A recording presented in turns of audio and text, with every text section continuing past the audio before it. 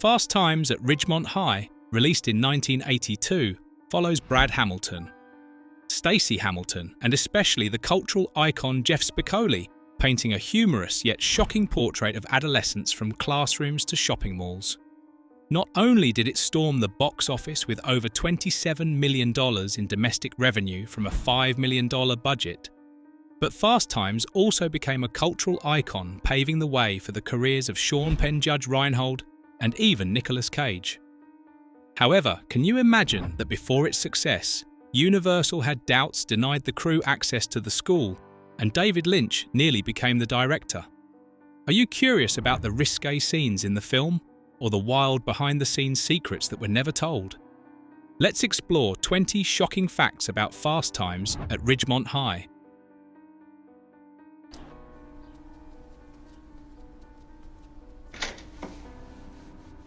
Oh, wait just a minute. 20. Tom Hanks was considered for the role of Brad Hamilton. Before Judge Reinhold officially became Brad Hamilton, the role was considered for another face, Tom Hanks. In the early 1980s, Hanks was still a television actor on Bosom Buddies, not yet making a mark on the big screen. The producers saw potential in him, but compared to the character of Brad, the kind-hearted guy juggling odd jobs and teenage disappointments, Hanks wasn't quite the right fit.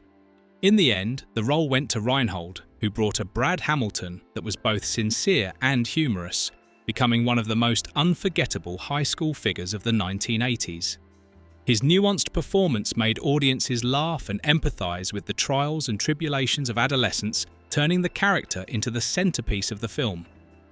Ironically, just 2 years later, Tom Hanks skyrocketed to fame with Splash 1984, launching a remarkable career and making him one of Hollywood's most beloved and respected actors. 19. The masturbation scene embarrassed Judge Reinhold.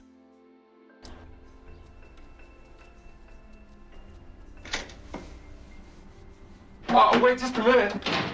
Few scenes are as simultaneously funny, shocking, and embarrassing for the actor as Brad's masturbation scene in Fast Times at Ridgemont High. Judge Reinhold recalled that performing the scene in front of the camera was humiliating, so mortifying that he wanted to sink into the floor. Reading the script was funny, but stepping onto the set facing the lights and the crew transformed the embarrassment into intense pressure. For a young actor, it was not just a scene, it was a test of courage. Director Amy Heckerling turned the situation around. Seeing Reinhold about to leave the set, Heckerling pulled him aside and gently but frankly said, "This is a love scene, just with yourself." Her half-serious, half-playful comment eased the tension and gave Reinhold a new perspective, allowing him to successfully perform the scene. 18. Fast Times was Amy Heckerling's directorial debut. The film marked the feature debut of Amy Heckerling, a young director fresh out of NYU's Tisch School of the Arts, where she honed her visual thinking through experimental short films. The decision to trust Heckerling came from producer Art Linson, who was immediately impressed by her sharp humour and keen observation of teen life. This allowed Heckerling to balance comedy and realism, turning Cameron Crowe's script into a work that went far beyond a typical teen entertainment film. As a result, Fast Times not only became a cultural phenomenon, but also opened the door for Heckerling's career, establishing her among the few respected female directors in Hollywood. From that foundation, she went on to create numerous acclaimed works, culminating in Clueless 1995, one of the most iconic teen films of all time. 17. No original soundtrack was written specifically for the film. Unlike many teen films of the time, which often commissioned original songs to become part of their identity, Fast Times at Ridgemont High took a different approach. Amy Heckerling and producer Art Linson chose to borrow the breath of real life by licensing and using existing tracks that dominated early 80s radio. Heckerling never hid her musical picky nature. She admitted that as a teen she believed only the music she loved was truly good, while everything else was disposable. That sensitivity carried over into Fast Times. For Heckerling, the soundtrack couldn't just be familiar rock songs. It had to reflect the actual pulse of early 80s American high school students, a mix of classic rock, new wave punk, and emerging musical voices. She insisted on including bands teens really listened to at the time, Oingo Boingo, the Go-Go's Talking Heads. Yet this ambition clashed with the producers. Irving Azoff, Eagles' manager, wanted to exploit safe names with large fan bases and strong box office appeal. For him, the endorsement of names like Don Henley or Joe Walsh was more important than experimenting with new bands. Heckerling had to negotiate patiently and sometimes compromise to keep her vision intact. Some songs she didn't even like had to appear just to maintain balance. The result of these negotiations was a unique soundtrack, classic rock from Eagles members, combined with the fresh, distinctive energy of newer band songs like Jackson Browne's Somebody's Baby and the Go-Go's We Got the Beat. Do you enjoy the Fast Times soundtrack? Share in the comments which song you love the most. 16. Nicolas Cage was only 17 while the rest of the cast was over 18. Among Hollywood's quirkiest stars, Nicolas Cage had a surprising start, and it all began with Fast Times at Ridgemont High. At the time, he was still Nicholas Coppola, nephew of legendary director Francis Ford Coppola. But Cage didn't want to be pigeonholed as a family tie, nor labelled as nepotism kid. He reinvented himself with the stage name Nicolas Cage, inspired by Luke Cage, the black comic book superhero he passionately admired. In Fast Times, Cage appeared briefly as Brad's bud, one of Judge Reinhold's co-workers at the burger joint. No lines, no spotlight. But for Cage, it was his first door into the film world. Just a year later, the young actor would rise, embarking on a challenging yet brilliant path to become one of Hollywood's most unpredictable and unique talents.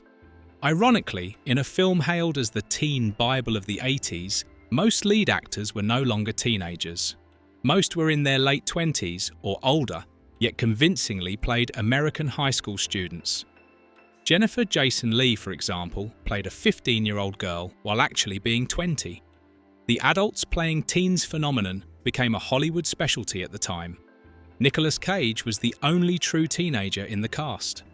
At 17, Cage faced strict legal work limits, meaning his role was constrained, almost serving as background support. Yet this was the perfect stepping stone for Cage's future roles. Do you remember Cage's role in the film? Share your thoughts in the comments on whether he delivered. 15. The film was shot at a real school. I don't believe those guys at Lincoln did this to Jefferson's car. Yeah, they told that guy. I can't believe it. Interestingly, the film did not use a studio set, but was shot at Van Nuys High School in San Fernando Valley, a real high school with long hallways, crowded classrooms, and a bustling sports field. Scenes of Brad working Jeff Spicoli, wandering, or Stacy and Linda whispering secrets, all carried the authentic feel of a real school where students actually ran, ate lunch and laughed. The school's wolf mascot appearing in the film added to the sense of realism, convincing audiences they were stepping into actual student life rather than a staged set. Van Nuys High also sits at the heart of San Fernando Valley, the birthplace of the booming Valley Girl culture of the 80s. The totally awesome way of speaking mall hangouts, skateboarding, and casual teen consumer lifestyle all originated here. It's no coincidence the film also chose Sherman Oaks Galleria, the Valley's most famous mall, as a regular hangout for characters. 14. Sean Penn became a Hollywood icon. Who's got the Buku Dolores today? Nicolette. From the audition, Sean Penn made the Fast Times crew uneasy. He walked in with a nonchalant attitude, read lines like, he didn't care, blushed and admitted, I really don't like reading. Seemingly failing at first, his unusual energy convinced producer Art Linson and Cameron Crowe to take a gamble. They sensed in Penn a wild, chill, natural vibe that the script demanded. When Sean Penn became Jeff Spicoli, teen film history was rewritten. On set, Penn didn't just play the character, he lived it. Always wearing board shorts, checkerboard Vans, and messy blonde hair, Penn insisted everyone call him Spicoli on and off camera. He made the character feel like he stepped straight from a California beach into Ridgemont High, turning the goofy surfer into an unforgettable screen presence. Spicoli's lines became immortal. "All I need are some tasty waves, a cool buzz, and I'm fine." Wasn't just humorous, it was the manifesto of a rebellious generation. Awesome, totally awesome. Rang out like defiance against school pressures. These moments elevated Spicoli from a supporting role to an 80s American cultural icon printed on t-shirts, posters, and even entering everyday language. Are you impressed by Sean Penn's performance? Share your thoughts in the comments. 13. Phoebe Cates' sunbathing scene became iconic. In Brad Hamilton's awkward daydream, Linda Barrett emerges from the blue water. Her hair drenched her body, sensuous, in a fiery red bikini. The cars moving in stereo plays the hypnotic rhythm combined with slow motion shots, making each step feel etched into the audience's memory. The moment Linda slowly removes her bikini top approaches and whispers, "You know how cute I always thought you were," sent an entire generation of viewers into a state of awe. The interesting part? The entire scene exists only in Brad's mind. A teenage boy lost in fantasy. In reality, Brad is in the bathroom, caught in an incredibly embarrassing situation. The contrast between the seductive fantasy and clumsy reality turned the scene into a masterpiece that was both humorous and provocative, perfectly capturing the chaotic spirit of adolescence. After the film's release, the pool scene quickly became celebrated as one of the most sensual moments of the 1980s. 12. Forest Whitaker made his film debut. She is pissed off. Forest Whitaker had a modest yet memorable start in Fast Times at Ridgemont High. In this iconic teen film, he played Charles Jefferson, a large high school student and member of the school's football team. The role was small, with little dialogue, but it marked the beginning of his illustrious film career. At the time, Whitaker was still a student of voice and opera, just beginning his acting journey.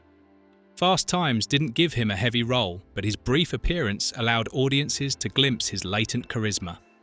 Jefferson may have been a fleeting figure in Ridgemont's adolescent tapestry, but for Whitaker, it was his ticket into Hollywood.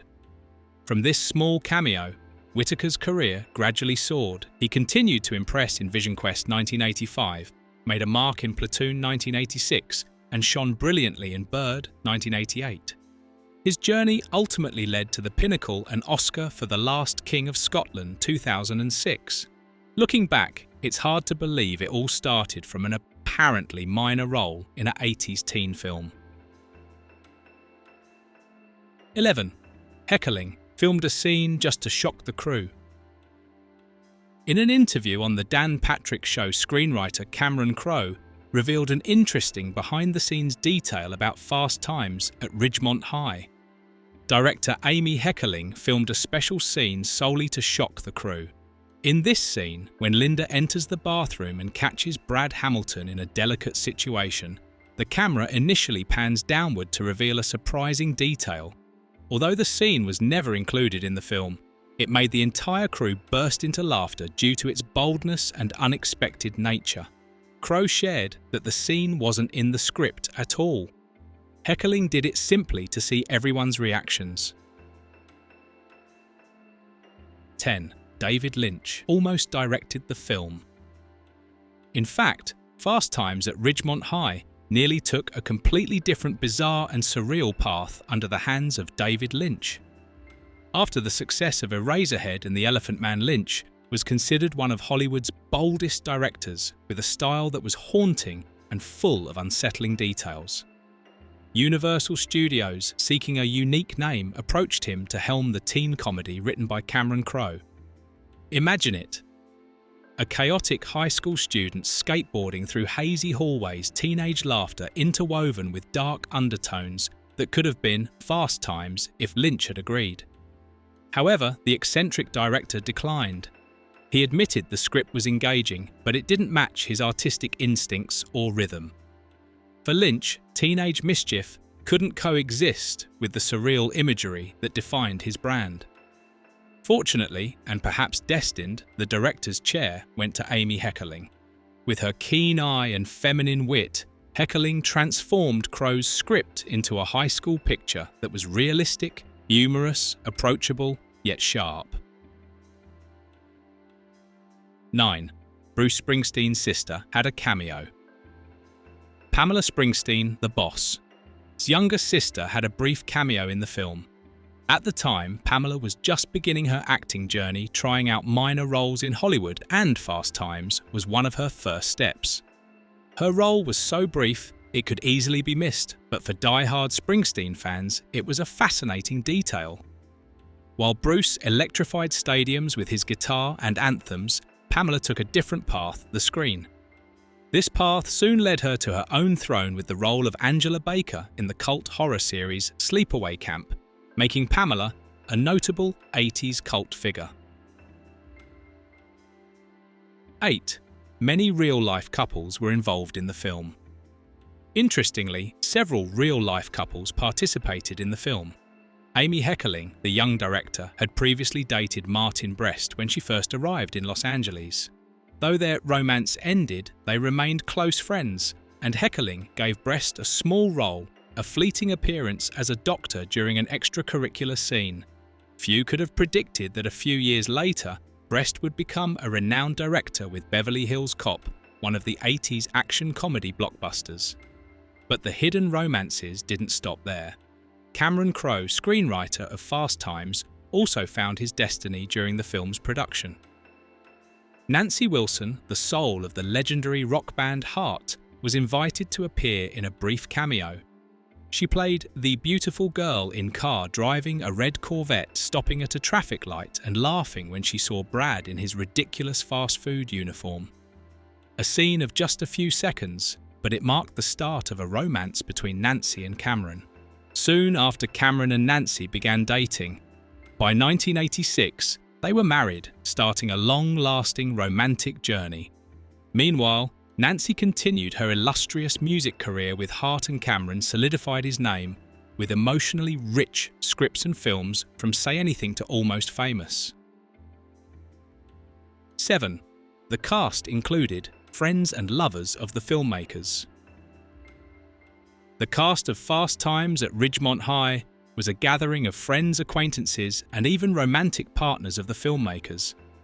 Amy Heckerling and Cameron Crowe did not hesitate to fill the bustling hallways, lively classrooms, and shopping malls with familiar faces from real life. This choice gave the film a sense of freedom and authenticity, allowing the audience to almost feel the real rhythm of early 80s California teen life. For Crowe, who based the script on his secret experiences at Claremont High School, inviting friends and acquaintances blurred the line between reality and fiction even further. These extras, even in fleeting appearances, brought life to school scenes, malls, and outdoor gatherings, making everything feel less like a set and more like a real day in the life of students. Small moments, a glance, a casual conversation, a fleeting smile became vivid thanks to these familiar and genuine faces. 6. Initially, the studio denied the filmmakers access to the set. Universal Pictures was skeptical that the film would succeed even as production began. The studio worried that a story about a teenager's chaotic life would damage their reputation, resulting in the filmmakers being nearly denied access to the set. The studio executives never really took this project seriously, Cameron Crowe recalled. They practically looked the other way. We could barely step onto the set. Crowe recounted an ironic moment a security guard named Scotty knew they were filming, but others were confused, asking, "What are you trying to do on the set?" When they replied, "We're filming Fast Times at Ridgemont High," the guard responded, "The studio isn't making that movie." Faced with this situation, the crew had no choice but to sneak onto the set like covert intruders in a web of suspicion. 5. Fast Times at Ridgemont High was originally a non-fiction book. Cameron Crowe conducted a bold experiment to write Fast Times at Ridgemont High. A true story, 1981. At just 22, he decided to relive high school by disguising himself as a student and secretly infiltrating Claremont High in San Diego. Under the pseudonym Dave Cameron Crowe, attended classes, ate lunch in the cafeteria, befriended real students, and quietly documented every tiny detail of late 1970s American teen life.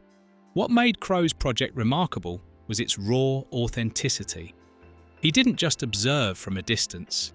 He fully immersed himself in the world of 17-year-olds, worries about grades, part-time jobs at burger joints, friendship pressures, smoking, partying, and awkward romantic encounters in the school shadows. Some characters in the book, like Mark Ratner, were directly modelled on real students, though Crowe changed names to avoid legal issues.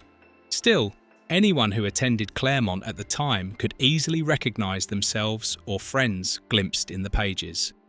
Just a year after the book's release, Hollywood seized this vivid material to create the film Fast Times at Ridgemont High, 1982. Crowe's daring immersion gave the movie a unique voice, humorous, authentic, and boldly candid about teenage life. Director Amy Heckerling preserved this spirit, turning scenes from the book into iconic cinematic moments. 4. The film was initially rated X. Fast Times at Ridgemont High initially faced a harsh barrier from the MPAA. The film was rated X due to a sex scene between Damone and Stacy, which included brief nudity of male genitalia. Amy Heckerling, advocating gender equality in on-screen nudity, wanted male characters to appear similarly to females, but the MPAA deemed the scene too dangerous for teen audiences. A controversial but necessary decision followed. The scene was blurred, reducing explicitness and changing the rating from X to R. Additionally, a scene depicting Stacy undergoing an abortion procedure was removed from the wide release version to avoid extreme backlash from the public and censors. These changes allowed the film to maintain teenage authenticity while remaining safe for general audiences, all while preserving its rebellious spirit. 3. Nobody expected Fast Times to succeed. When Fast Times at Ridgemont High premiered in 1982, Universal barely believed in it. The studio initially released it in limited theatres with minimal marketing, as if fearing a teen comedy might fail. Even Amy Heckerling, the young director, sensed the studio's skepticism. But in the first week of release, a surprise occurred. The film recouped more than half of its $5 million budget, prompting Universal to expand distribution. Word of mouth turned Fast Times into an unexpected phenomenon. Audiences were captivated by authentic teen stories, and the catchphrase "totally awesome" became a cultural icon.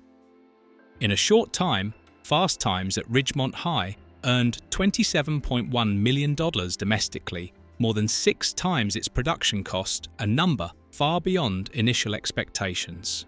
The film's tremendous success came not from marketing strategies or star power, but from its quality content.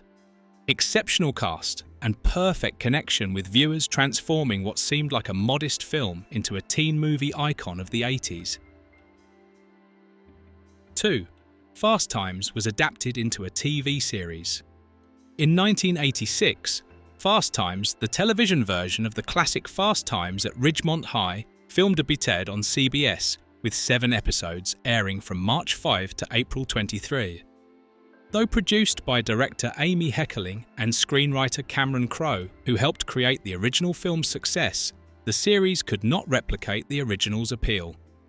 The show's cast included Claudia Wells, Courtney Thorne-Smith, James Nardini, Dean Cameron, and Patrick Dempsey, along with returning actors Ray Walston and Vincent Schiavelli as teachers, Mr. Hand and Mr. Vargas. However, replacing the main characters with new faces left viewers feeling disconnected from the original film resulting in emotional and engagement failure. Despite support from the original creators and a theme song by Oingo Boingo Fast Times could not escape the massive shadow of the film. Critics largely panned the show, noting it lacked the sharpness and energy of the original, leaving audiences with a bland, lifeless version. 1. The Fast Times reunion was brief. Shortly after, Fast Times at Ridgemont High premiered in 1982 and became an unexpected hit, fans eagerly awaited a reunion of the iconic cast. Rumours spread across Hollywood. Would Sean Penn judge Reinhold, Jennifer, Jason Leigh, and Phoebe Cates appear together to discuss the film that made them teen icons? A few years later, it finally happened. In a television special, they sat together, recalling the chaotic days on set and the surprise of a B-grade teen comedy becoming a global cultural phenomenon. The reunion was brief but emotional. Sean Penn, famously private, laughed for the rare occasion, recalling his role as Spicoli, forever recognised as the immortal surfer dude. Judge Reinhold shared he never imagined the scene behind the cash register would become a meme icon. Jennifer Jason Leigh spoke quietly but profoundly about being swept up in fame she had never anticipated. And Phoebe Cates, whose beauty defined the 80s, admitted the infamous pool scene changed her life in a way that was both glorious and stressful. For fans, the reunion was a delightful gift. They saw their idols together, sharing sweet memories and the bittersweet side of success. Each actor's career had taken different paths. But in that moment, they were all transported back to 1982, when a small teen film created a legend. And that's 20 shocking facts about Fast Times at Ridgemont High. From Cameron Crowe's secret investigative reporting to the breakout performances of now iconic actors. This teen comedy is full of surprises, both on-screen and behind the scenes. Which of these shocked you the most? Which behind-the-scenes detail or character left the deepest impression? If you're a fan of Fast Times or simply love fascinating behind-the-scenes stories, don't forget to like, subscribe and turn on notifications so you won't miss upcoming videos. We'll continue to bring shocking secrets, fascinating facts and captivating details about the classic films you love.